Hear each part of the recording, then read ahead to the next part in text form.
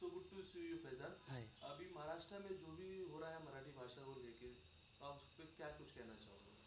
देखिए, मुझे ये लगता है कि अगर मैं भी मुंबई में रह रहा हूँ, ऑलमोस्ट मुझे 7 से 8 साल हो गए, तो मुंबई में महाराष्ट्र में मराठी भाषा भाषा ही बोलना चाहिए, मराठी लैंग्वेज ही यूज़ करना चाहिए। तो अगर राज ठाकरे ने ये कहा है कि मुंबई में जो भी लोग रहते हैं, महाराष्ट्र में जो भी लोग रहते हैं, उनको मराठी आना चाहिए, तो मैं उनके सपोर्ट में बोलता हूँ।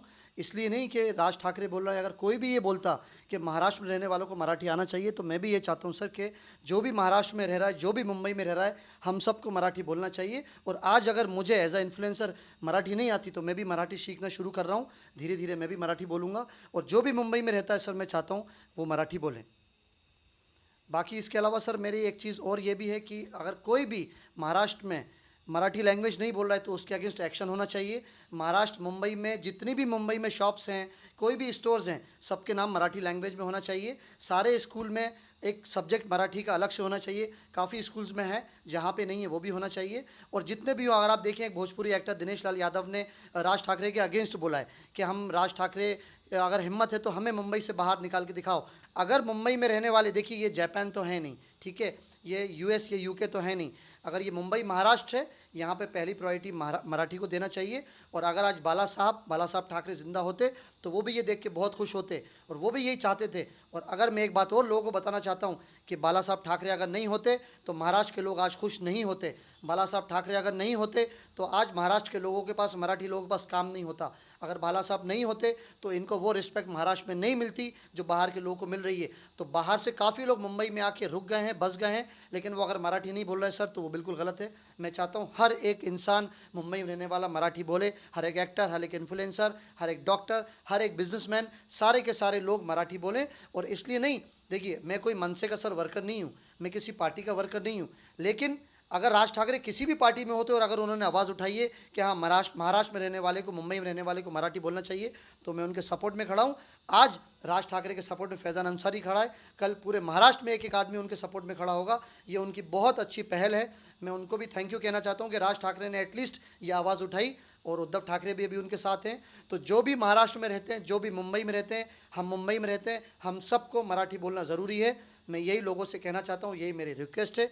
जो भी एक्टर्स हैं, इन्फ्लुएंसर्स हैं, सारे के सारे लोग, जितने लोग अगर महाराष्ट्र के या मराठी के अगेंस्ट जाएंगे, हम उस पर आवाज़ उठाएंगे। और दिनेश याल यादव को भी फैज़ान अंसारी जवाब देगा, राज ठाकरे जवाब देंगे। और जो भी मराठी लैंग्वेज के अगेंस्ट आवाज़ उठाएगा, जो भी मुंबई के अगेंस्ट आवाज़ उठाएगा, फैज़ान अंसारी, हमेशा फैज़ान अंसारी ने सच का सपोर्ट किया है, सच का साथ दिया है। और राज ठाकरे के अलावा अगर कोई और भी आवाज़ उठाता, कोई और भी कहता कि हाँ मुंबई में मराठी ही बोलना चाहिए, तो फैज़ान अंसारी उसका सपोर्ट करता। आज जो मीरा रोड पे हुआ है, दुनिया देख रही है, जिस तरह की हरकत हुई है कि एक आदमी ने कहा कि कुछ भी हो जाए मराठी नहीं बोलेंगे, ऐसे लोगों को हम मुंबई में रहने नहीं देंगे। और अगर जो भी मुंबई में मराठी लैंग्वेज के अगेंस्ट है, वो बेशक यहाँ मुंबई से बाहर जा सकता है, हम उसको खुद यहाँ से धक्के दे के निकालेंगे। और अगर आज मैं भी बाहर से सर 8 साल पहले मुंबई आया था, आज मुझे मराठी नहीं आती है, मैं मराठी सीख रहा हूँ, 6 महीने में मराठी सीख जाऊँगा, मैं भी मराठी बोलूँगा। जिसको मुंबई में रहना है उसको मराठी बोलना पड़ेगी। मुंबई की हर शॉप का नाम मराठी लैंग्वेज में होगा, इंग्लिश में नहीं होगा, हिंदी में नहीं होगा। मुंबई में हर ऑफिस का नेम प्लेट मराठी लैंग्वेज में होगी। तो सर मेरी यही लास्टली रिक्वेस्ट है, जितने लोग मुझे सुन रहे हैं, देख रहे हैं, करोड़ों लोग अगर मेरे वीडियो पसंद करते हैं, उन सबसे मेरी रिक्वेस्ट है, आप मेरा सपोर्ट करें।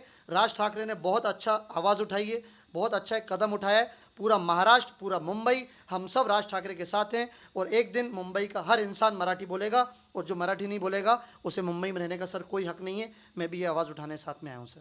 फैजान, जी ये बात जानना चाहता हूँ, इतने सालों तक कभी ये आवाज़ नहीं उठी, जी मराठी और हिंदी राइट विवाद नहीं हुए, अभी राइट। अचानक कैसे याद आया कि बस मराठी ही बोलना है? सर याद नहीं आया, एक्चुअली जो भी राज ठाकरे ने किया है वो उनकी एक प्लानिंग का, स्ट्रेटेजी का हिस्सा है। और मुझे ये लगता है कि अगर इससे पहले सर ये नहीं हो रहा था, अभी महाराष्ट्र में सिर्फ मराठी लोगों का नाम था, उनकी रिस्पेक्ट थी। मुंबई में महाराष्ट्र के लोग, मराठी लोग रहते हैं, इनको हर जगह काम मिल रहा था। अभी उनको जो इनकी वैल्यू कम हुई है, वो बाहर से जो लोग आए उनकी हुई है। तो हम ये नहीं कहते सर, राज ठाकरे ने ये नहीं कहा कि मुंबई लोग नहीं आओ, आप लोग आइए, आपको वेलकम है, बट हमारे लोगों को पहली प्रायोरिटी मिलना चाहिए सर। आप यूके, यूएस, कहीं भी इंडिया में या इंडिया के बाहर भी जाएंगे, इंडिया के बाहर भी अगर आप फॉरेन ट्रिप भी करेंगे, अब्रॉड जाएंगे, वहाँ के लोगों को जो प्रायोरिटी मिलती है, आप दुबई जाएंगे तो वहाँ के जो लोकल्स हैं, जो अरबी हैं, उनको ज़्यादा प्रायोरिटी मिलती है। तो मैं यही कहना चाहता हूँ, राज ठाकरे का कहना मतलब ये, आप कहीं से भी आएँ वो प्रॉब्लम नहीं है, लेकिन आपको मराठी लैंग्वेज की रिस्पेक्ट करना पड़ेगी और आप ये नहीं कह सकते कि आप मराठी नहीं बोलेंगे। नहीं आती है वो एक अलग पार्ट है, आपको मराठी बोलना पड़ेगी, मराठी सीखना पड़ेगी।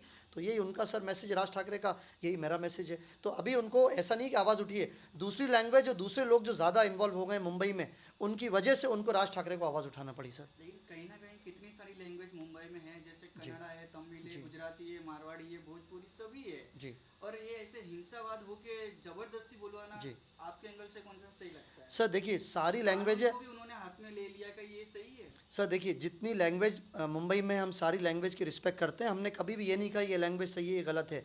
लेकिन अगर मराठी कोई नहीं बोल रहा है वो एक अलग बात है सर, लेकिन अगर किसी ने मराठी लैंग्वेज का अपमान किया है तो फिर उसको जवाब मिलना चाहिए सर। उस जगह राज ठाकरे बिल्कुल सही हैं, उस जगह मैं भी ऐसे कदम उठाऊंगा। अगर कोई मराठी लैंग्वेज की अगर डिसरिस्पेक्ट कर रहा है, उसकी इंसल्ट कर रहा है, उसकी बेइज्जती कर रहा है, तो सर हर मुंबई में रहने वाले को बोलने की आवाज़ है कि कुछ भी हो जाए हम मराठी नहीं बोलेंगे। अगर ये कोई बोल रहा है तो सर उसको तो हम जवाब दे के रहेंगे। लास्टली आप क्या कहना चाहेंगे? लास्टली मैं सब लोगों से ये कहना चाहता हूँ जो मुंबई में रहते हैं, जो हमसे प्यार करते हैं, जो मुंबई से जो मराठी लोगों से प्यार करते हैं, अगर आज बाला साहब ठाकरे, रिस्पेक्टेड बाला साहब ठाकरे ज़िंदा होते तो बहुत खुश होते। पहले तो उनको अफसोस होता कि आज महाराष्ट्र में मराठी की वैल्यू कम हो रही है। तो मैं ये कहना चाहता हूँ सारे लोगों से, जो मेरे फैंस हैं, मेरे दोस्त हैं, जो मुझे देख रहे हैं, सुन रहे हैं, कि प्लीज़ मराठी लैंग्वेज को थोड़ी इज्जत दीजिए, रिस्पेक्ट दीजिए और कोशिश करिए हर इंसान मुंबई में रहने वाला मराठी बोले। इसलिए मैं ये बहुत खुशी से कहना चाहता हूँ राज ठाकरे ने बहुत अच्छा कदम उठाया है। प्लीज़ राज ठाकरे को सपोर्ट करिए। मैं कोई मनसे का वर्कर नहीं हूँ, मैं राज ठाकरे का कोई वर्कर नहीं हूँ, बट उन्होंने एक मैं सच्चाई का साथ देने वाला हूँ। राज ठाकरे ने सच्चाई के साथ कदम उठाया है, इसलिए मैं राज ठाकरे को सपोर्ट कर रहा हूँ sir. Thank you very much. Thank you very much.